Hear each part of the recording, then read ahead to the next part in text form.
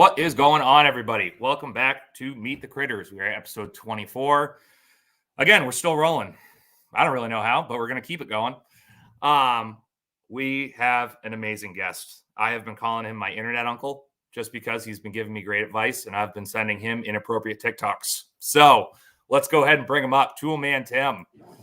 I wasn't sure who the heck you were talking about. I was like, I'm like, I didn't know if there was somebody behind me here in the hotel where I'm at or what's going on. But dude, it is a pleasure to be on here with you. I am every single day impressed with the stuff that you put out. Your work ethic and the fact that I was talking about you yesterday with Brian, and we're like, it just feels like Kyle's been here forever. So I appreciate you. Thanks for having me on, man. This is awesome. No, I appreciate you having me on, and I appreciate this community. Like, it feels like I've been here forever. Like, I think I've really been only doing content like 6 months, maybe. And it's again, the longest 6 months of my life. And in that 6 months, my entire mindset of life has almost completely changed. Because it's like, do I need to film this? Like, that's now my go-to constantly is like, either, I should film this, or, oh God, I should probably film this. It's life, man. I'm telling you, content creation. I'm 4 years in now, and that's what happens. I was out with Brian from Lots Project and Sean Mills from Hack My Homestead today. We were at my property in Tennessee working on a composting outhouse, and it was great. But we were talking about how it's just when you're done with these projects, you're like, man, we should have filmed more than this. But sometimes you're just in the middle of it, and you think, it's just not. I just don't want to tonight. I just don't want to. Yeah, well, that was me today. I had my in-laws came and took my kids for like 4 hours, and I was like, I can get so much done in this time. And I was lucky enough, my wife was on call yesterday, so I had to cut up a 113-pound black bear, but I still had to do all the grind. And I'm like, I can bust this out, I can clean the shop, like, and just be back inside. Just having that like extra day to get stuff done in the shop is like next level when you got little kids. I gotta say, I love bear meat. I had a lot of bear hamburger when I was a kid. Not a ton, but it was always around. I just want to shout somebody out right quick. Off-Grid Pitting. He is my neighbor in so where Delinquent's Gully is. That's what we call the property that we bought down in Tennessee. He's my road neighbor, and I met him the other day. Awesome dude. It's great to meet like-minded folk, but awesome. He also has his own YouTube channel. So anyway, a new buddy of ours, and I wanted to shout him out so he knows we see him. Awesome. Perfect. I'll go have to follow him after this. But yeah, like, and the customer didn't want any of the bear fat, and I render down every ounce of fat I get just because it's a good resource to have. And I was also thinking about bringing a bunch down to SRF to give out as gun lube and stuff like that, because you can use it for everything. It really is. It's freaking awesome. So when customers don't want it, I'm like, I will snag every bit of that. But I went through and I'm going to do a bear fat rendering video and do like, I'm going to clean my slaughter gun and everything and show how I apply it and everything like that. But I meant to like videotape me breaking up all the frozen packages and then grinding them and then like why I did this and that. And I was like, I have so limited time to get anything done. I don't care. I'll talk about it in post. Like, we'll put it in there. I was just thinking, I know this is called Meet the Critters, but another great name would have been Chew the Fat. Just saying. That would have been a good one. All right, get the dad jokes out of the way now. So. I know. Well, it's bound to happen.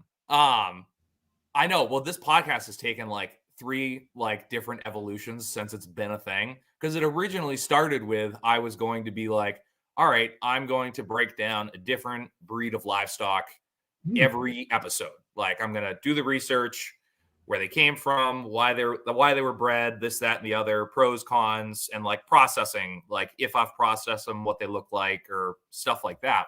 And I was like, this is gonna be good. Like, I'll be able to fill an hour of this for sure.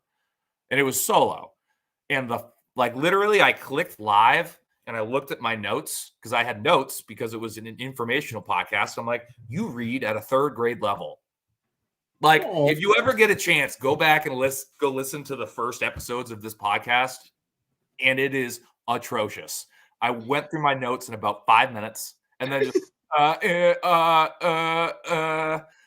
and like possibly for a couple of them, I had probably had a little too much tobacco and was like, I don't. Yeah, Yorkshires, they're great, cool, and it was a nightmare. Dude, it's cool. I tell people to not even bother. I think so. My podcast, again, everybody's take different iterations, right? But I tell people just don't even bother with the first 30 episodes. I thought about going back and renumbering, but I didn't. Yeah, because they were basically just what I was doing was I was hauling the audio from my little videos each day, just smacking it all together and throwing it up there. And I realized afterwards it made no damn sense whatsoever. And it was boring as all hell. So anyway, once I started doing live streams and interviews, it started finding its thing. But got Haas in the chat. Chris Dixon, how we doing? Always good to see Dixon in there. Of course. Yeah, it's been an interesting ride figuring it all out. And actually, who were my first? I think my first guests were Two Chicks Homestead. I think they were my first guests that I had on, and it was because I listened to the episode you did with Erin to get her better at doing like hosting. And I was like, well, I need help with that, and Erin wants to do more. So, hey, Erin, do you want to come on the show and talk about rabbits? So then it was having people on and like, okay, I'm going to break down with a guest a certain breed of livestock. And now it's just kind of evolved into, I call it a farming therapy session, because about halfway through it, every single podcast, it's like, why the hell do we do this? Like, I don't understand. This is the most insane thing I've ever done. And you actually took your own advice and was like, screw this. Like, yeah, I don't know. We can get into it wherever you want to start, but we definitely eventually you can only do so many things. And I would say, homesteading is one of those things that can become, I need to do all the things really quick.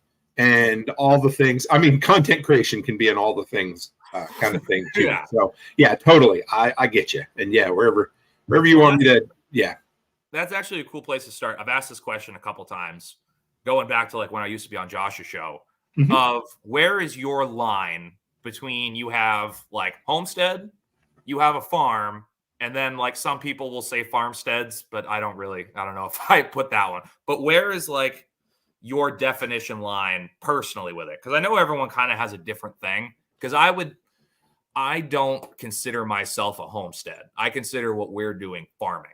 Sure. Just because we have I don't have as much as the preparedness mindset with it as I would like. We're getting to it now, but I'm at the point where, no, this is now going to be a major component in our financials of like income. I think that's where the line is with it. I would say there's probably two things. First off, farming's almost something you're born into. Not always, right? But it's a generational thing. Homesteading is typically something you choose. Now we're going to go into gray areas here, because as soon as here we go, somebody's going to say, "But I was born in it." Yes, I understand. So now I'm coming from my last decade of experience in Alberta, and if you'd asked me this 10 years ago, living on the East Coast, where there is farming, so I'm not saying there isn't, but almost all the farming happening out there would also be homesteading, right? Because it tends to be the size of it as well, right? Now, I'm not again now, but in Alberta, almost everyone who farms, it's a generational thing, and it is a business or a livelihood. Now, they still spend most of their time on the farm. There'd be no way to put a line of demarcation between the two and say, here's farming, here's homesteading. But the majority of what happens on the prairies would be farming.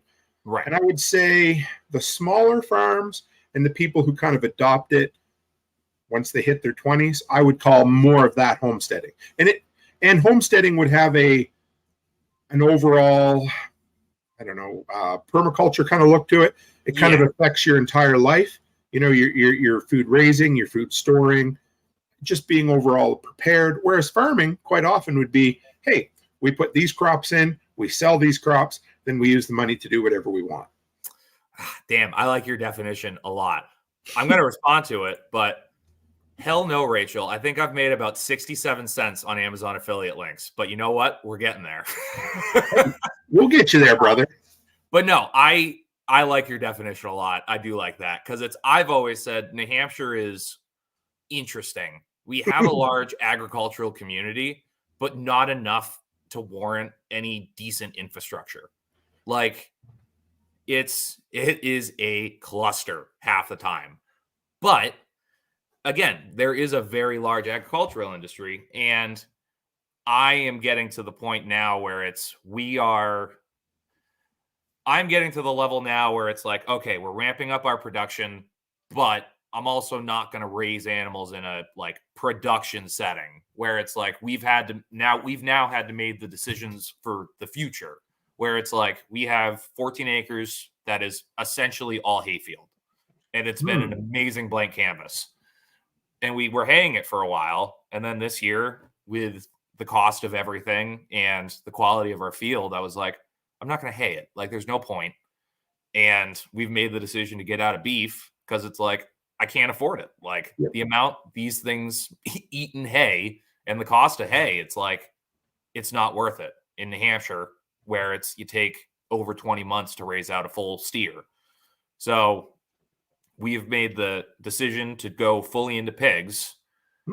And my like 5-year plan is to essentially woven wire fence in the entire 14 acres of my property or whatever is field, plant fruit trees and nut trees. We're not taking another hay crop off of it. Like, we'll just continue to mow it until we get there and really start rotating pigs and stuff through it until we get to the point where the quality of our field is at the point that we can get back into beef. And even then it's going to be at a very limited scale. But we've had to look at it now as like, again, a business where it's like, okay, where are we going to get the best bang for our buck and be able to turn a profit on this? I mean, all businesses are that way. The last, 3 that we've built, all the same thing.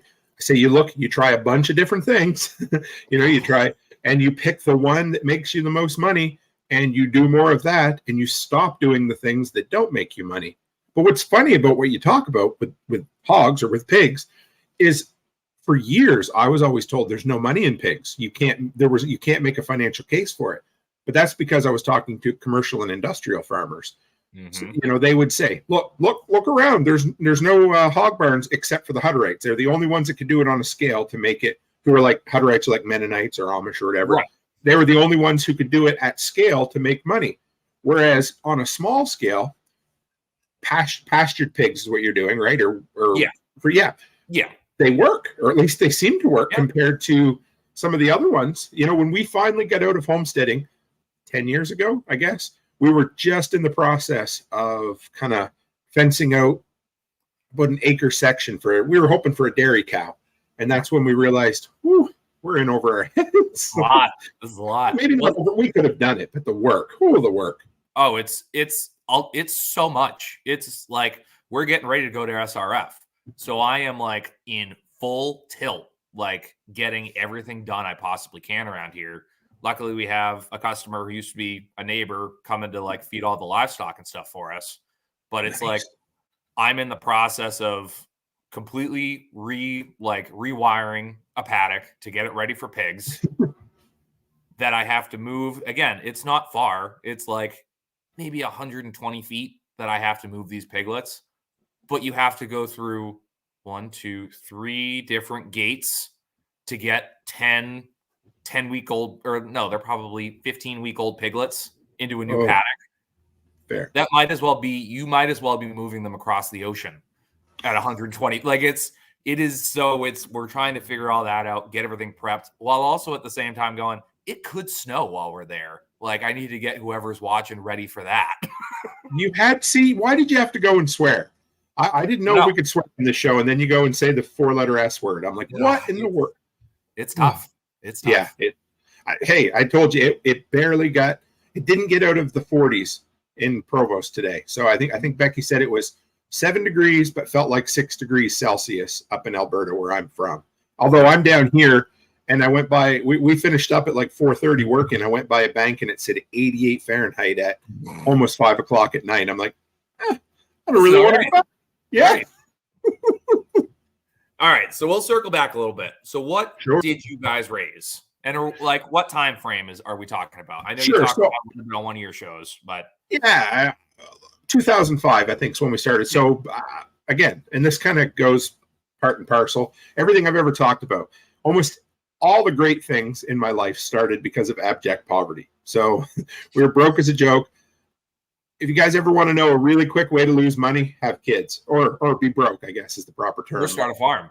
Yeah, or do both at the same time. So we back in 05, I met my wife, and then 06 we got married, moved in together. We had at the time 3 kids, and then soon 2 more came along afterwards. But so we were doing this on $1,100 a month. Which, when you think, I was making $550 every 2 weeks as an assistant manager at a hardware. It was miserable. Anyway, so and there were times when our hydro bill, electricity bill was almost half that every month. Mm-hmm. So we always had what we would call like the laundry detergent shelf. So when it came on dirt cheap, we would buy as many as we could and we'd stack them high. And we always had the toilet paper closet, which was we were just paranoid or scared that the kids would not have toilet paper, So anyway, you went full COVID in 2005. Oh yeah. So what did we start with? So I had never built anything in my life. This is where it all started. Really, Becky bought me it's like a $30 hammer, which was expensive at the time for us, really expensive. Now they have like $500 hammers, but anyway, $30 hammer was huge. And I built a chicken coop the day the chicken showed up, or it was, you know how that works, right? You go get chickens and then you build a coop. It's just the way it goes. So, and for anybody out there who hasn't done chickens before, this is what happens. They're a lot like Chihuahuas, for instance. You get 1 or 2, and then you have to have 18 of them. So it's called chicken math. It is. And the other thing is, go ahead. Chicken math does not translate. Do not get larger animals with chicken math in mind. I've said it 1,000 times. Don't do it. People, and here's the other thing is, other people have done the chicken experiment. They failed miserably. And what happens is, hey, Tim, Becky, you guys have chickens. Do you want more? And I'm like, oh, man.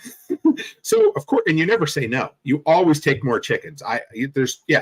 So I figured it out. I did chicken division. I don't know how I did this, but I did it. It wasn't last year. It was the year before. Was our like last hurrah of poultry, and it's like I got some turkeys. I got 20 turkeys and some guineas.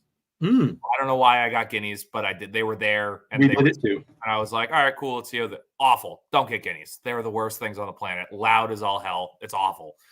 But I was moving all the turkeys that survived out of 20 turkeys, we lost 15.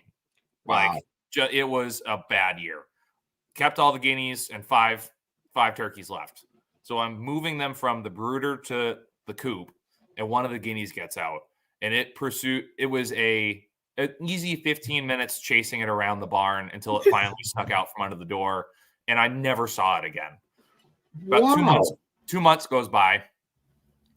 My neighbor's driving by, and he pulls in. And he goes, hey, do you have a weird turkey? And I'm like, does it make an insane sound? Kind of like, because all of a sudden I started hearing it, and I'm like, it's not here. I'm not feeding it, but it's close. So he pulled in, and it started as soon as he pulled in the driveway. I'm like that sound? He goes, yeah, is that yours? Because he saw the other ones running around. And I'm like, it escaped like months ago. He's like, well, my wife really likes it. Like, can we keep it? I'm like, I don't give a damn. Keep it. Awesome. So about 2 weeks later, he shows up. Hey, I'm going to catch this thing and bring it back. And I'm like, please don't.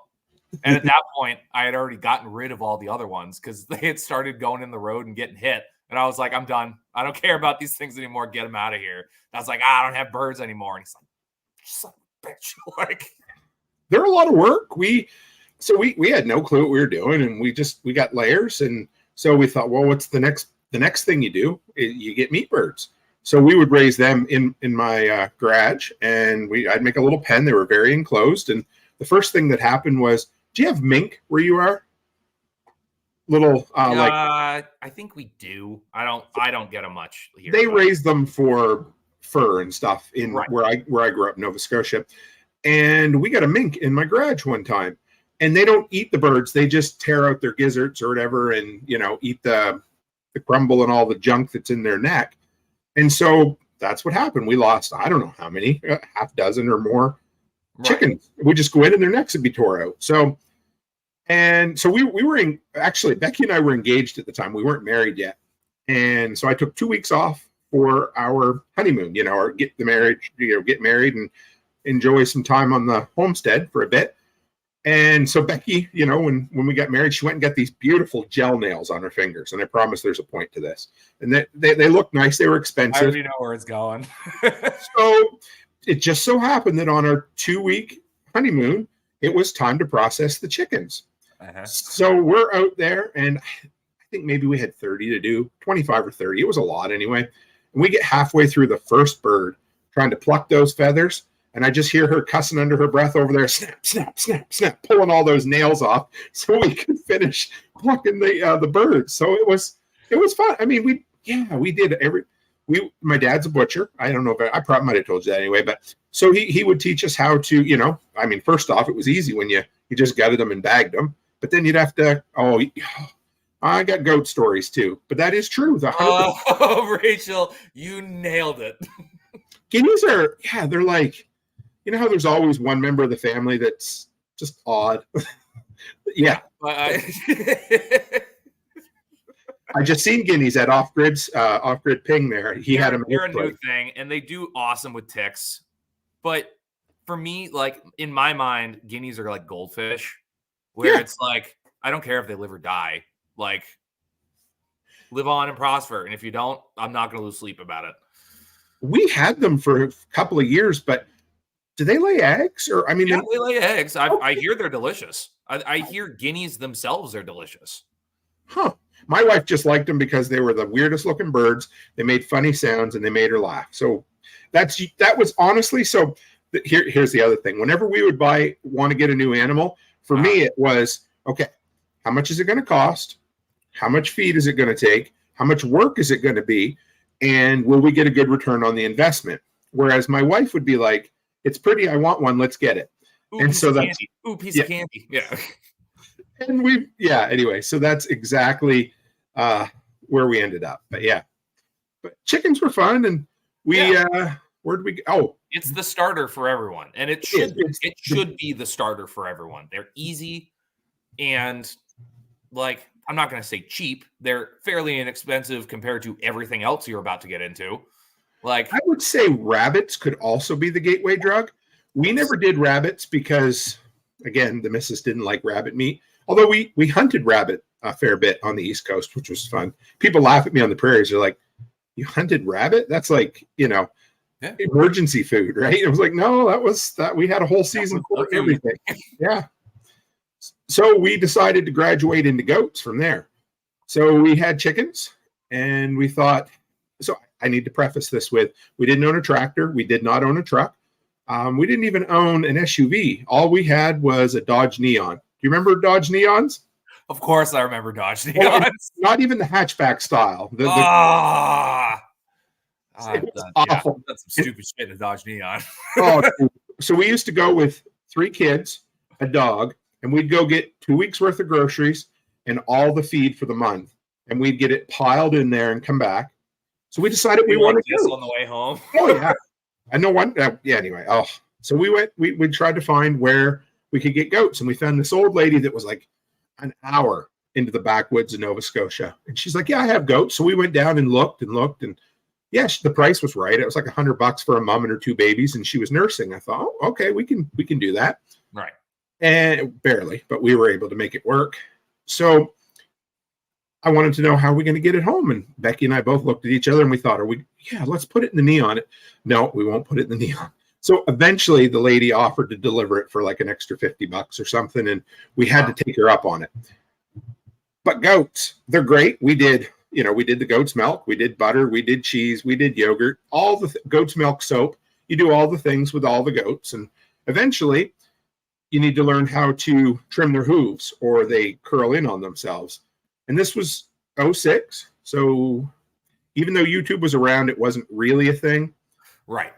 So again, broke, couldn't afford to hire a vet to do it. And we noticed they're starting to curl in. And so I think, well, you know what I have? I have a pair of straight cutting tin snips, like the little aviation snips. So I said, oh, we got to try. And Becky said, just be careful. So all I remember is I go out and I snip. Her name was Precious, and I do her first hoof, and it was fine. I do the second one, and she starts bleeding everywhere. We're like just pouring out, right? So we're going in, and I think if we had high speed, it was very slow. So we're going in trying to find a forum, how to stop bleeding on a hoof. So eventually we found cornstarch. And so we were packing it with cornstarch, and it stopped the bleeding. But it was, again, talk about putting the cart before the horse. Right. So you just do stupid things. Well, go ahead. Yep. That eliminates. When we first started farming, I had 2 rules of I'm not doing dairy and I'm not chasing shit. So I already started out with a promise to myself of like, I'm not going to deal with any animal that I have to milk twice a day. So I'm going to cut that irritation off. And if it comes to building the paddocks like the right way and probably a little more expensive, I'm going to do that over. We're just going to wing it and see what happens. Because I know myself. I've known myself for 31 years. I know who I am. So I set rules for myself at the very beginning that I've stuck to of like, we are not going to play these games. Like, we're not. So when, I don't know, a couple months later, I worked at I made the job more stressful than it needed to be, but it was a type of job where I always felt like I couldn't leave for a minute because I had to be there, right? So my wife called me. Yeah, so we get, again, I forgot to mention this. We didn't have a pen lined up for the goats. So we're panicking. We have about 24 hours, and we go out, and there's a woodshed attached to my garage. You couldn't get into the garage from, but it was there. And so we just scabbed together kind of a half a door so that if the doors were open, they couldn't get out, Oh, but they can. So one day Becky calls me. She's like, I can't find Precious. I'm like, I don't know what to do for you. I said, I'll be home at supper time.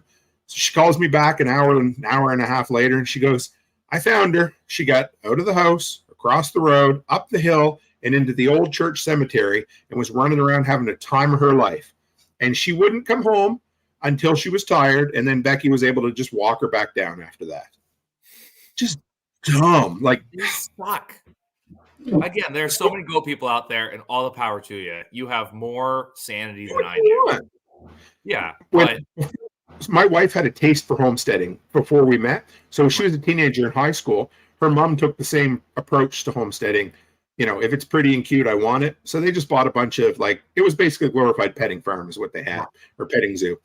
And so one time, I think my brother-in-law got in trouble at school, and the cop showed up at home, or at their house, and there was this French cop that I can't remember his name. I wish I could, but we'll call him Andre. I don't know what. Anyway, so he had a handlebar mustache with these pointy, the points. He'd wax them and everything.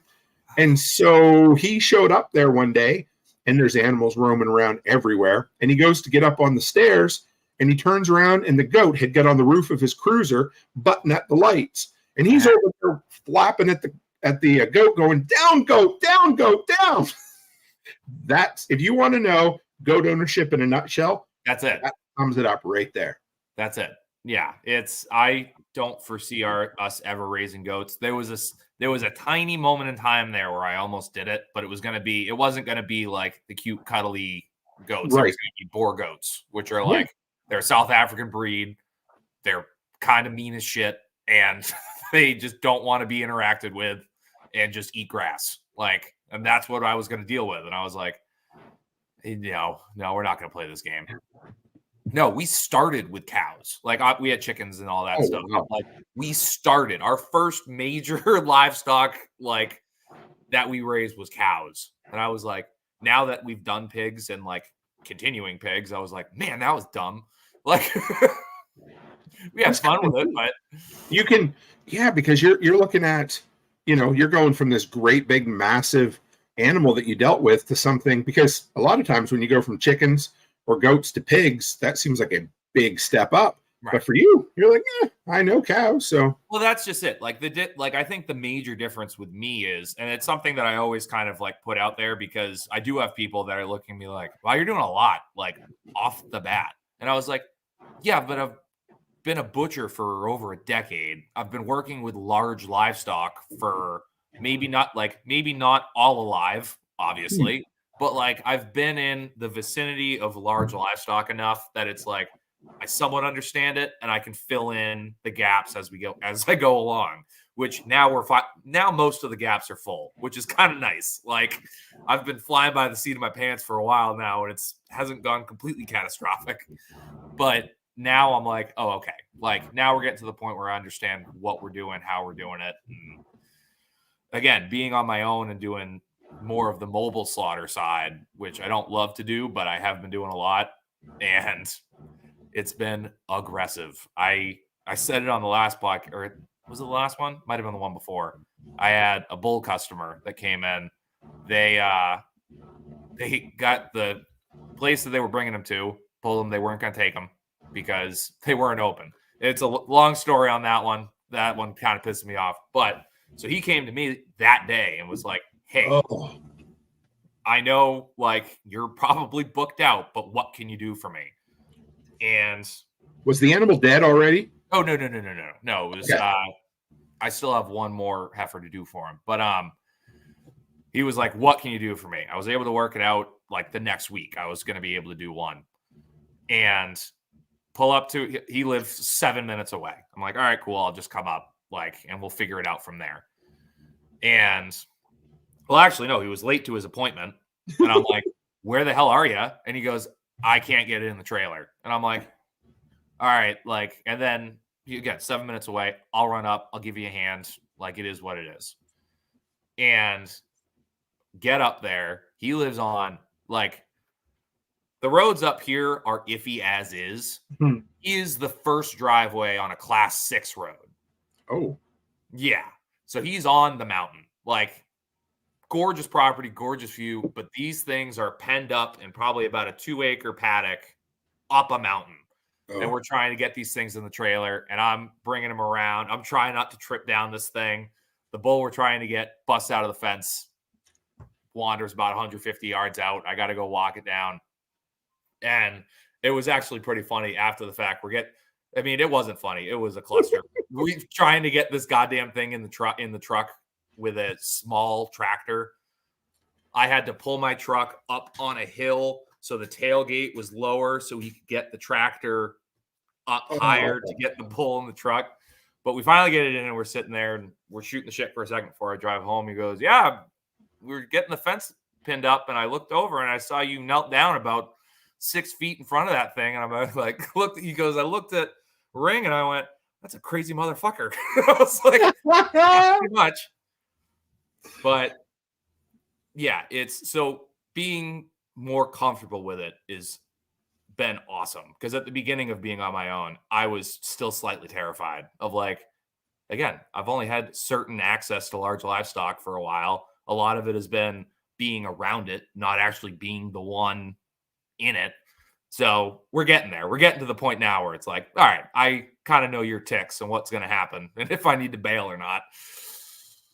When I was a kid, my uncle had I guess you'd call it a hobby farm. He wasn't a homesteader, but so I would go down, and they used to have the small square bales. So we would go haying, which at that age, the idea was that you kind of watched as the adults stacked the bales on the hay wagon, and then you ride all the way back up.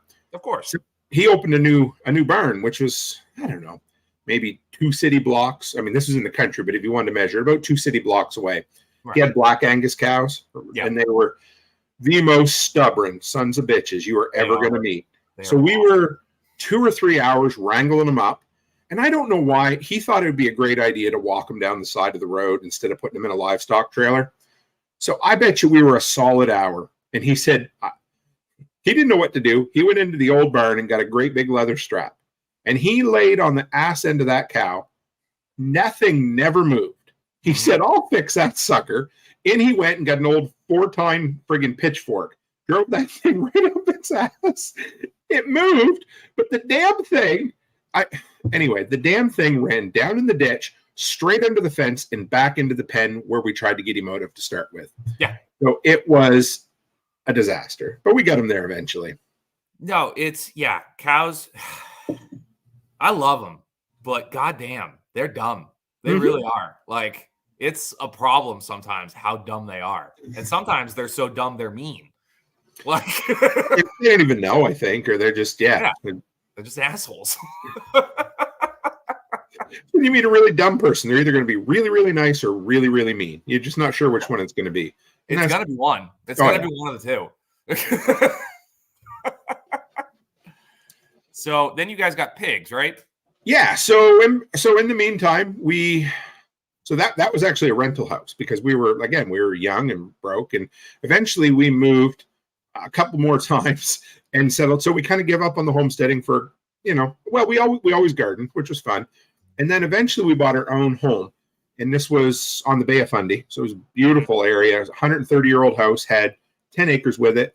But what it had was a lot of open field. So we started right away with chickens, getting the gateway drug. And get back into it. We built our own incubator and incubated. Yep. Get us going, right? So we did chickens, and then we did meat birds, and then we did turkeys.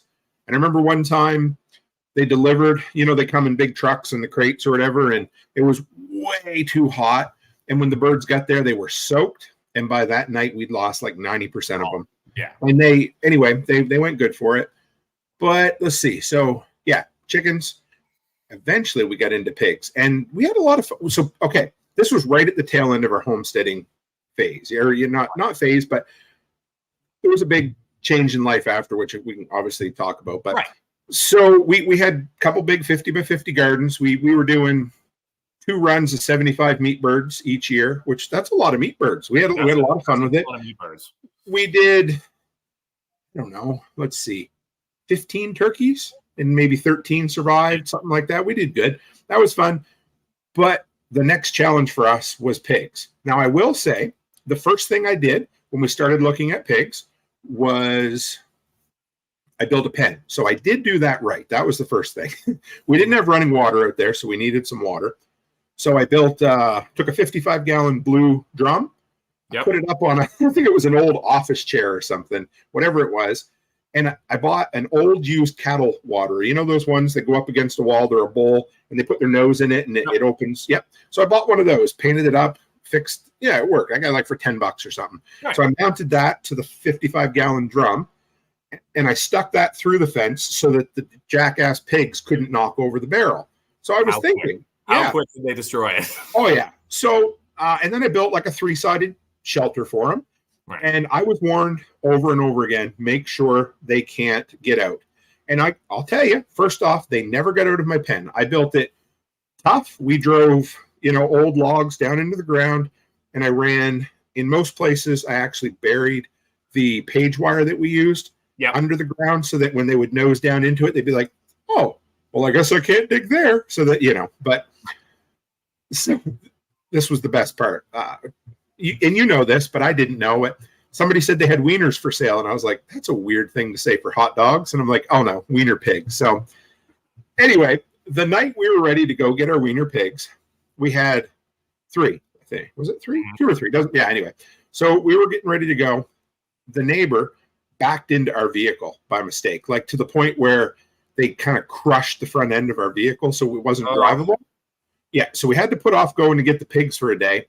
We were driving Grand Caravans at the time, which, that's as good as a truck anyway. So they give us brand new, whatever year it was, like brand new. 2, thank you. Mama's in there tonight. She heard me. Yeah. So they give us a brand spanking new Grand Caravan as a rental. And we're like, what? Shit, it's a rental. Let's go get them. Right. So I just put the insurance. So we drove. It was like an hour up the valley. We put a blue tarp in there, and we just threw the little suckers down in, and they were fine. They shit on it a little bit, but yeah, whatever. It was a rental. The method of transport, the methods of transport I've seen They're it's the craziest thing I've ever. It is unexplainable to most people, the ingenuity of guys that need their animals dead.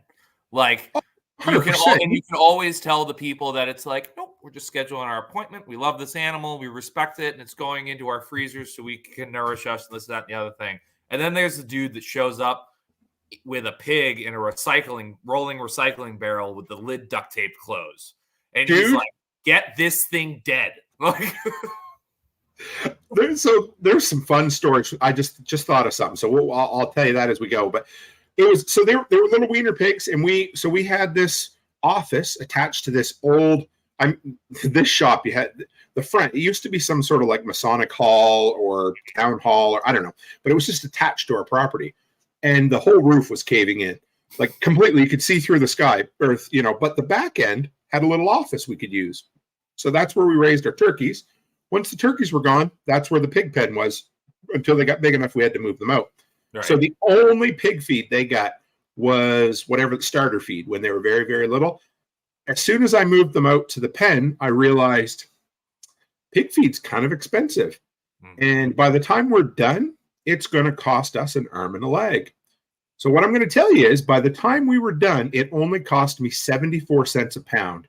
Cut, wrapped, everything from start to finish. And I thought that was pretty damn good. That's pretty damn good. I'm spending about at least $150 a week right now in feed. So here's what we did. My town is very well, the one thing that you will know about the little town of Digby where I lived is it had probably more restaurants per capita than any other place. So I would go around on Sunday mornings after the Saturday night buffets at all these restaurants. My two favorite were Pizza Delight. They had a great buffet. And the Walk by the Bay had a great Chinese food buffet. Oh, and Tim Hortons was the other one. You know right. Tim Hortons? Yeah. Yeah. So I would go by Tim Hortons in the morning. If nobody was out, I'd open up their compost bin. I'd grab all the bags of donuts, all of them, and I'd bring them back with me. And I'd go down to the Chinese food restaurant and I'd pull every bag out of their compost bin. And then I'd go to Pizza Delight and I'd grab every bag and I'd go back and they ate so good. So I fed them off of restaurant waste. Oh yeah. For the entire summer. And it worked. Well, now there's laws against it. Now, if you're selling them, you can't. We never sold them anyway, but. No, exactly. But it's like, all right, what are you doing? For a little while, I had a buddy at the big grocery store. He would bring me out a 55-gallon kind of garbage can on wheels of all the produce that they would, we did that. We did that last year, but it was like, I got a crap day. Like I was picking up Sundays and Mondays. Oh, yeah. Like, all right. Like I had the kids Sundays. I'm not going to go early in the morning, like for the day. Cause you haven't done anything. So there's going to be nothing there.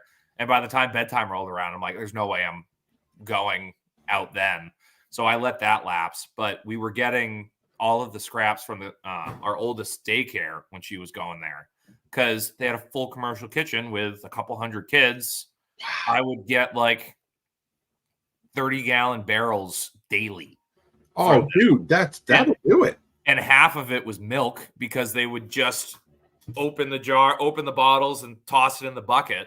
So it was like, oh my God, milk raised pigs on pat. Oh, it was so freaking good.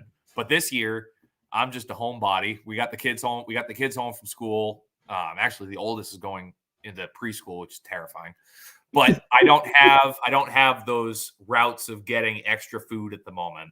And with everything else going on, I haven't been able to go out and make more contacts of like, okay, like I need to figure this out. And all the ones I do, they just never end up panning out to where it's like, it's not worth it for me to drive this distance to get this feed. Like the stores, I understand their end of it too, because there's so many people who will say, I'll be there, and they don't show up. No, exactly. And they put the kibosh on it too. The dude got in trouble after a while. I felt really bad because it wasn't his fault, but corporate's like, no more because lawsuits or something. People are going to eat it. And I would tell him, I'm like, I'm not going to eat it. And then we take home all the garlic and dehydrate it into like garlic powder. And anyway. Of course we did. It's free food. Yeah. I never sue them for it, No, but it's like, I still know that I like the manager of my local grocery store is actually the manager that hired me 13 years ago or whatever when I Yeah. started working at Hannaford. So he calls me if it's like, all right, a whole pallet of watermelon went out of date, or like pumpkins, like it's no one's buying pumpkins anymore. Come get them. And it's like I have that kind of same relationship with most of the store like managers and owners in town, just because of just me. I'm a charismatic person who's going to go in, and I think I can get something from you, so I'm going to be your friend for a while until I can get that. I do this. Yeah, okay, I get you. But yeah, no, and it's again, it's what you talk about a lot is building that community too.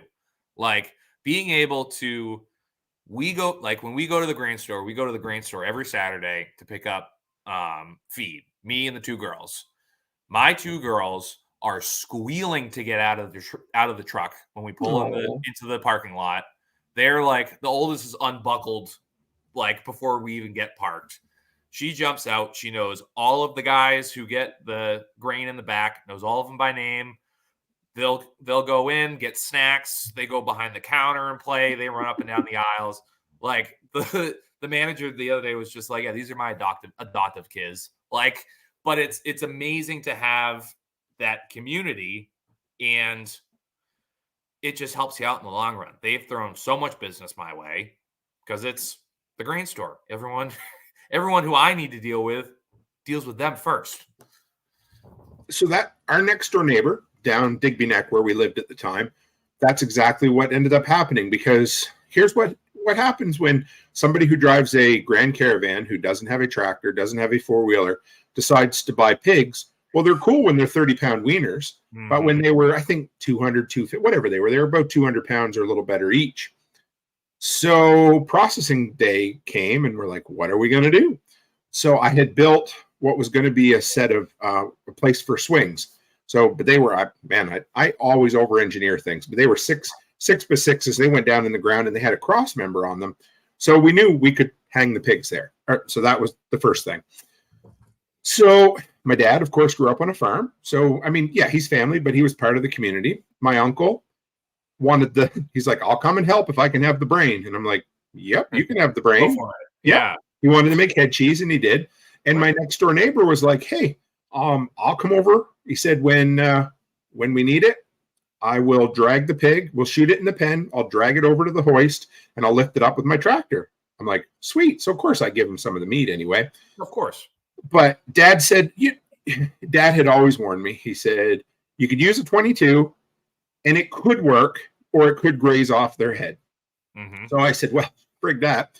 I got my 30-30 out and shot the thing from like 4 feet away. I couldn't hear for like 15 minutes because you know what it's like. And right in close space, it bounced back at me. It wasn't like you're shooting long distance or anything. And, doing a livestock trailer. That's real fun. I'm good. I every time I forget my headphones, because I'll just be like, all right, cool, just about to go shoot another animal in the head. We'll just jump in, pop this real quick, and we're done, because I've just lost my soul at this point. And every time it happens, I'm just sitting there, ears ringing, and I walk out, and all I can think of every time is that scene from Black Hawk Down where the guy almost gets hit with the RPG, and he runs up, "Are you okay? Are you okay?" And he's just sitting there going, "I hear bells ringing." Like I just jump out of the trailer. So by that time, the Grand Caravan had been fixed. We hauled the pig up, heated it up. Dad's like, skin it. It'll be easier than scraping it. And it was, so we did. So we took care of all that, and we hauled everything, all the left behinds up in the woods, and that was fine. But of course, we still had to get him to the butcher. And speaking of, community, he was best friends with my dad. They'd worked together for many years. His name was Donnie. So anyway, again, a beautiful blue tarp in the back of Becky's nice Grand Caravan. We rolled both pig carcasses up and slid them right in the back of the Grand Caravan, took them up to Dude's place, hung them for 4 or 5 days. The best part was he said, I'll give you a deal if you guys come help at the butcher's shop. And I was like, to me, I'm thinking, he did give us a good deal, but I would have been like, I'll give you a deal if you don't come hang out at the butcher shop. You know what I mean? But, but it was awesome because, I'd grown up around it, but I was always young when, by the time I was old enough to go into where Dad was working, it wasn't legal anymore, right? Because they had everything locked up. So Donnie, he just has your old fashioned butcher shop. And so we went in and from start to finish, he had us cut it down. He had me using the bandsaw, the grinder, all of that, and had us packing and wrapping. And by the time I was done, I didn't know everything, but 3 years later, we had moved across the country. I was not even 3 years, but 3 years later is when I started hunting again. And you know what? I went out, shot my first buck, brought it back to the garage, and I thought, I can do this. And I did. It's such an empowering feeling, because now it's like, oh, I can just get my own food. Like, I can get my own meat, and I'm able to put it in a way that I can eat it, like, successfully, and be able to store it and continue eating it for a while. Like, when you first get that, like, feeling, and it's like, oh, this is amazing. Like, this is crazy. Because I know I've had that. I mean, again, I've been doing this for about a decade now, and it's like my first cow that I raised, that I put into the cooler, I was like, whoa, this is like full circle. This is nuts. Holy crap. Like, and we honor the animal too. That's, you know what I mean? You can think what you want from wherever it is. I still remember the feeling I had the very first chicken that I dispatched. The old double-bedded axe came down, sunk itself into the chunk of wood, and I turned around and I leaned over. I didn't throw up, but I was weak in the knees for a minute. And Dad said, "It's okay." He said, "You'll feel that way." And he said, "If you didn't feel that way, I would be concerned about you, Tim." And I'm like, I appreciate it, because we joke and we carry on, but when it comes down to it, we honor the animal, love the animal until it's gone. And then we love it again when we barbecue it. So there's that. Yeah. Canadian Farmstead in the Critter Crew chat in Telegram. He was in there today, and he just did his first rabbits for the first time. And he's like, that was tough. And I like jokingly was like, yeah, well, once you lose your soul, it's not really that bad. You'll be fine. And he goes, I don't think I ever want to get to that point. And I'm like, you don't. Like, I'm just a monster. Like, you're fine. Like, I'm just giving you a hard time. But it's tough. Like, it's really tough. And I think there's a stigma on, like, and I made the joke I make the jokes myself. Like, I have that. Like, if you follow my TikTok, I've been calling myself a livestock assassin, giving out high-speed lead injections. Like, it's a bit of a joke to me, because I've been doing it for a very long time, and it's part of the job. But it's still also a very emotional experience. And I always say, because I'll get hate sometimes, be like, I don't know how you can just kill it and just, like, whatever. It's like, you just don't care. And it's like, you don't think I don't care? Be there for a day I miss. Be there for a day that animal twitches its head at the very last second, and you're in what feels like an hour span of time before you can get that second shot off. It is the worst feeling on the planet, and I would never wish that feeling on anyone. So there's obviously a gray area. I'm on the farther side of it, but if you don't have that feeling, you're right. Like, yeah, I'd be worried about you if you didn't feel that way. I mean, the military, you talk to most military, and they have one of the darkest sense of humors in the world. It doesn't mean that what they have done or seen doesn't affect them. It's just one of their coping mechanisms. And that my son worked in a slaughterhouse for 2 or 3 years, and he had to turn that switch on too, because if you don't, I think it could wreck you. Oh, it absolutely does. And it's the thing I always say, and I've stole this from Steve Ranella, the guy who does Meat Eater on Netflix. Great show if no one's ever seen it. And there's a YouTube video of him having a conversation with a vegan. Like, a vegan came to a bookstore where he was doing a talk about one of his books as he was putting out. And I heard him actually talk about this recently. He says he sat there, he listened to his whole thing about the book, and waited to the question and answer period, and then asked a normal vegan question of, like, how can you do this to this peaceful animal, this, that, and the other. And what he said to him, he's like, I can guarantee you, I know more about this animal, not just as the singular, but as the overarching animal that this is. I know more about it and care more about it than you ever will. 100%. Dedicated my life to get to the point to where I understand how this animal eats, sleeps, when it's comfortable, when it's happy, when it's sad, when it's uncomfortable. I know everything about it. And I did a TikTok about this a little while ago too, but it's like, if I'm the person that's going to be putting it down, I would rather have it be me, because this animal see me every day of its life. I don't need it stressed out at all. So it is what it is. A couple of years, similar but a little different. But my son's cat got really, really sick, and like to the point where it had to be put down. And he did not. And I mean, he was 24 at the time, so I was. But this is the first time he'd lost an animal really close to him, and he's like, "I don't want to go. I don't want to go." I said, "Dude, you have to honor your animal." And I know this was a pet at this point. I said, "You suck it up, go in there, sit with it, and when it's passed, then you can be upset and do your thing." And he's thanked me multiple times since because of it, because it's not easy. I'm not saying it is. It's so hard. I've cried at every dog we've put down. Sure, and I've hated every single one of them, and I've still cried every time. When we had to put down our boar, I cried like a baby, because I obviously took the shot, and I'm like, I had to turn around and be like, shit. My wife's like, "You crying?" And I'm like, "No." And we talked about it after. And I was like, we talked about this kind of all the way through it. There's different grades of it too, and what that animal is. Pets are always hard. They always will be. We had a Chihuahua that was 15 years old, diabetic, had 2 strokes, looked like it had been kicked down the stairs because its ribs were all screwed up. And that thing, this is actually an awful story, and I am going to tell it.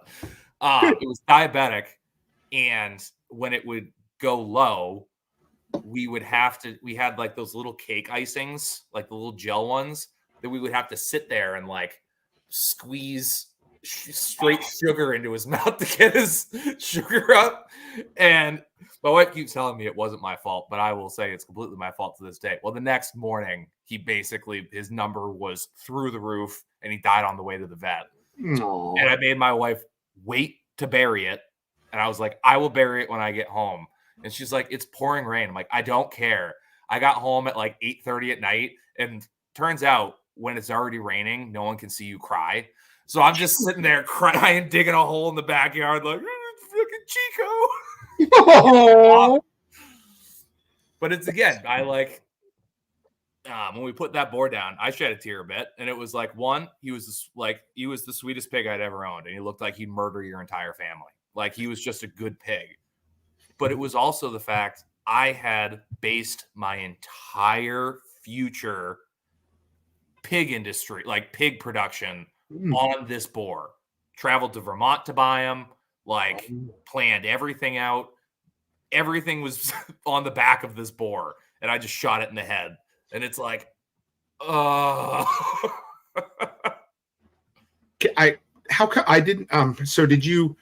did something change, or was it? I think it was a combination.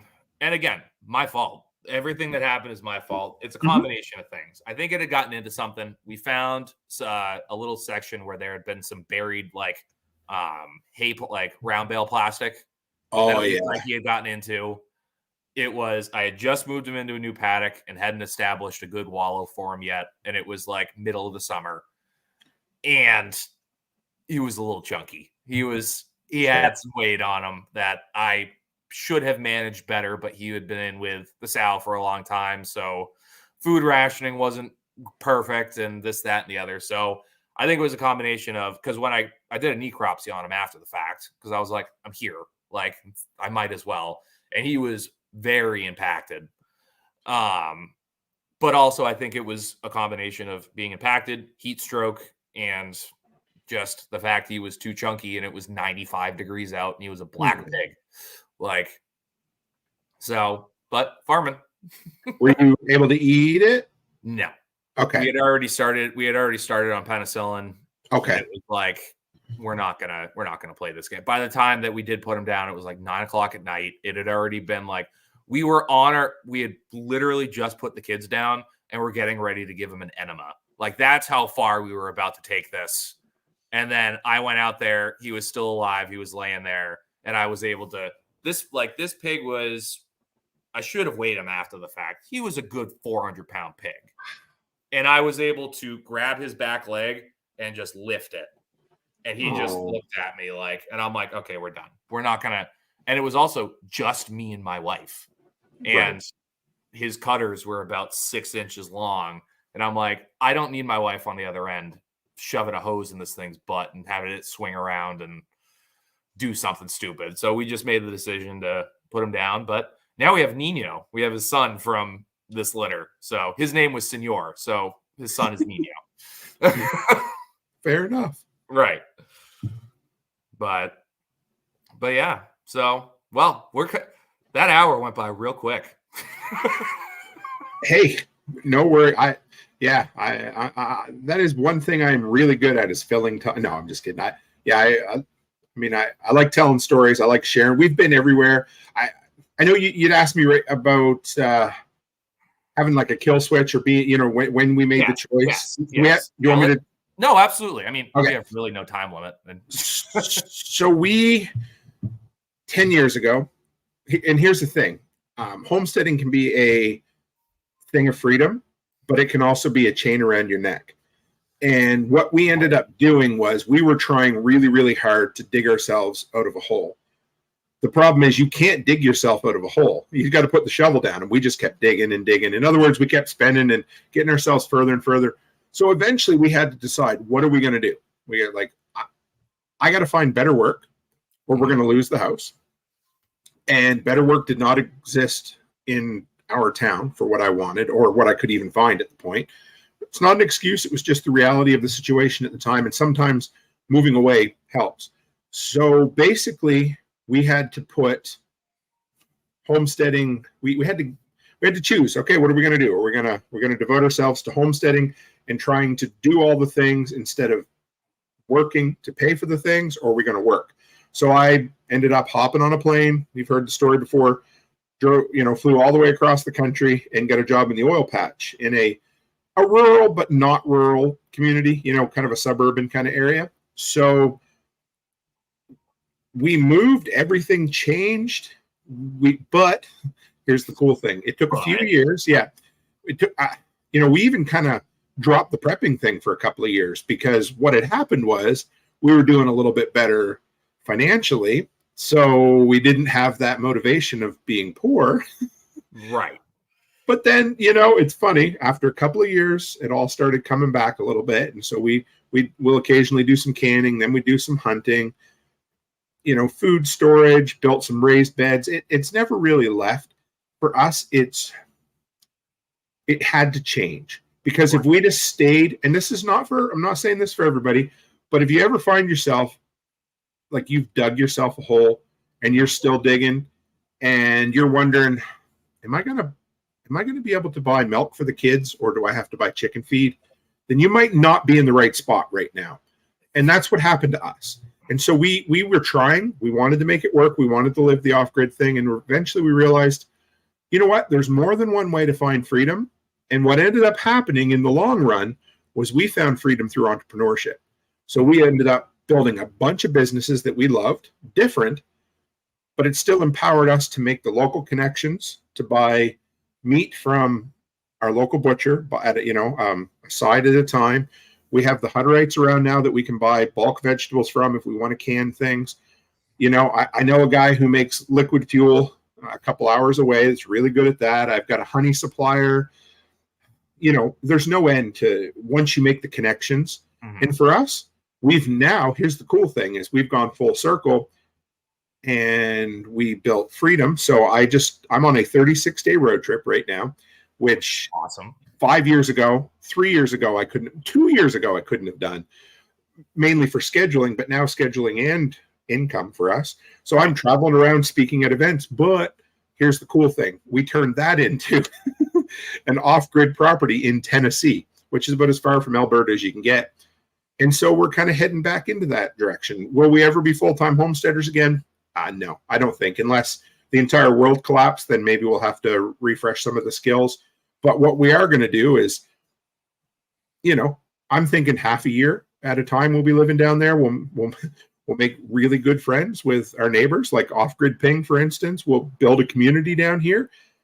we'll make connections, and that's where our life's taken us. I told Brian, because I've been he's been having some consulting stuff like that, and he's been asking about because for him doing his hip camp stuff. So Yeah. he's been asking me some like farming related questions of like, okay, if you had this property, what would you do with it? And like, if they wanted to do something, what do you think would be the best option? So we've been talking back and forth about that. And like you've been putting up some progress and stuff like that. And he's been putting up some progress on the property. I'm like, man, if you can find someone to kind of do what you're trying to do with those other properties of like having someone on the property, like managing pigs that are there, you'd have so much, you would have your land cleared out so much faster. You'd be getting rent. You'd be getting rent more than like, I mean, again, you need to talk to Brian more about this. I'm just a dumb hick. Oh, yeah, it's puts up animals in his garage, but it's like you would be able to clear out way more land faster and be making an income more than likely on some type of lease agreement or something. Becky would love that because we would like to have some animals, but we can't be down here year round.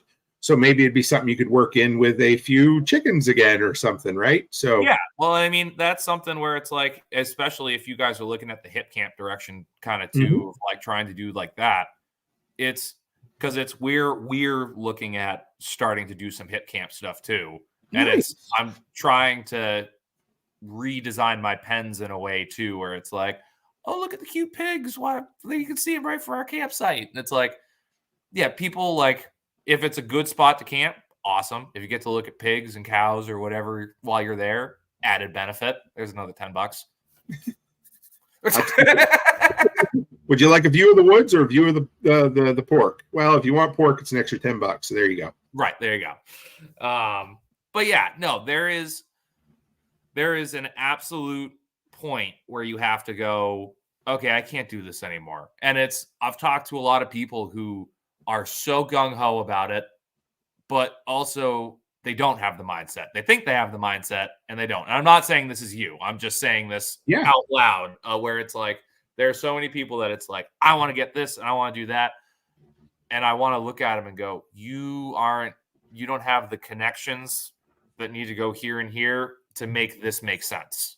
Like, I understand what you're doing. You're doing it completely wrong and not listening to a single person about it. You shouldn't do this. And what I say to those people is support your local producers that are doing it. Like, there are so many, you don't have to go out there and raise 9 pigs. If you do, fantastic. Give me a call. I'll cut them up. I don't care. Or you can go ahead and buy your neighbor's pigs or another local guy, because guess what? We need the money. Like, we are trying to, we have figured it out to a point where it's like, all right, now we're selling this stuff. Support a local business, a local producer, and be able to have a better feeling about where your food comes from because you drove past it on your way to work every day. I mean, you listen a tag from Life Done Free. I mean, their entire community, their freesteading community, is to become as free as possible. But they all say the same thing, that being as free as possible, it's all, in order to create everything you possibly need, you would work from sun up to sunset 365 days of the year, and you probably still wouldn't do it. But another way to do it is to find the thing that you're good at and then get involved in that circular economy. Build your own local community. I say that last year I did the snow removal. I just sold my snow removal business. I did the snow removal for our local butcher. That was $1,500. My side of beef was $1,700. So all I ended up paying out of pocket was $200 for a side of beef. So Absolutely. That's the way to do it. My hardware store, same thing. I did the work for them. He just put the amount on my account, and then I used all of that toward our rental property. So again, when you have that connections, that's the way to do it. And that's the way we've chose to do it now. It makes life so much easier and like mentally less straining. Sure. Where it's like, oh, like, all right, I don't have to fork out $1,600 for this, but I have a pig, or I have a cow that's going in the freezer. I'm putting half in my freezer and I was going to sell the other half, but I didn't have that money anyway. So if I can just do this Perfect. Like that works out great. And everybody goes into homesteading looking for freedom. But here's the thing. It can be another form of slavery as well if you're not careful. Because like you, Kyle, you've got 1,000 things you have to do before you leave. And that's okay. The thing is, we all just have to pick what our connections, what our things are going to be. And for us, time freedom was huge. So getting a full-time crazy homestead at this point, not something we're going to do, because we want to be able to travel, and I want to speak at events, and we want to come down to our land down here. So everybody needs to figure out what their definition of self-reliance, independence, and freedom are, and just go balls to the wall and do it. Right. And you're right. It is about how much time are you willing to put into it? And that, I think that's a better way of explaining what I was trying to say, where it's, you don't have the right mindset for what you're trying to do. You can't, I mean, I guess you can, but you're probably independently wealthy to where it's like, I'm going to have all these animals that I love, and we're going to have an awesome business with them, and they're going to be amazing. Also, I'm going to Italy twice this year, and this, that, and the other. Because it's not. I haven't been on a vacation in 5 years between kids and farm. I don't know. I think at that point, I don't know. I don't want to judge anybody, but I wouldn't be enjoying it either, because you'd always be thinking, I got to get all this done before I can leave, or I got to deal with it when I get back, or I don't know. Yeah, sure. There would be the few that could do it, but there are, for sure. Every average Joe, you've got to figure out what your freedom is, and then run after it. And it might be building the business to make enough money to be able to support all of the other people who are also building a business, making money, and doing their little segment of freedom in their life. Right. Yeah, it's important. And again, I'm the gray area where it's like, I have the shop. So I told my wife when I left my full-time job, I'm like, if we're doing the shop full-time, we're doing the farm full-time. Because, the only way to guarantee putting meat in that cooler is if we raise it ourselves. Like, so we have the flexibility and the ability to work things in a different manner. So I do try to remember that when I'm giving advice to people and talking to other farmers and stuff like that. And I've had farmers that have been doing it way longer than me look at me and go, oh, all right, I see what you're doing. Like, good for you. Like, you found the way. You found the cheat code of where it's like, oh yeah, you don't got to pay that couple $1,000 bill once all your cattle goes into the freezer. Like, you don't have to pay that. It's like, no, I sure don't. Must be nice. It's not. That's what they always say. Must be nice. Yeah, just stay away from the must be nice people. And my favorite is the people who go, you must be saving so much money raising your own meat. Yep, that's it. What? I'll let you know when it starts coming in, but yeah, exactly. Well, Tim, where can people find you? The workshop. If you type Toolman Tim into YouTube or all the places, at this point, you'll find me. I show up in most places before the old Tim the Toolman Taylor shows up, so that's kind of cool. But yeah, if you're into self-reliance, preparedness, entrepreneurial mindset, then check out what I like to call workshop radio. It's I don't even know. It's a combination of talk radio, inspiration. What I really picture it as the old AM radio that used to sit on the shelf in everybody's shop, and every time you'd go in, it would just be playing. It was the soundtrack to getting shit done, and that's what it is. So I want to inspire you to do great things, plus talk about tools and all the other jazz. So workshop radio, or just go by Toolman Tim's Workshop on YouTube, and I got a ton of gear review videos I do there weekly. Perfect. I know. I watch most of your lives now, so I don't listen to the actual podcast. But you've cut quite a bit of beef with me just in the shop. I appreciate it.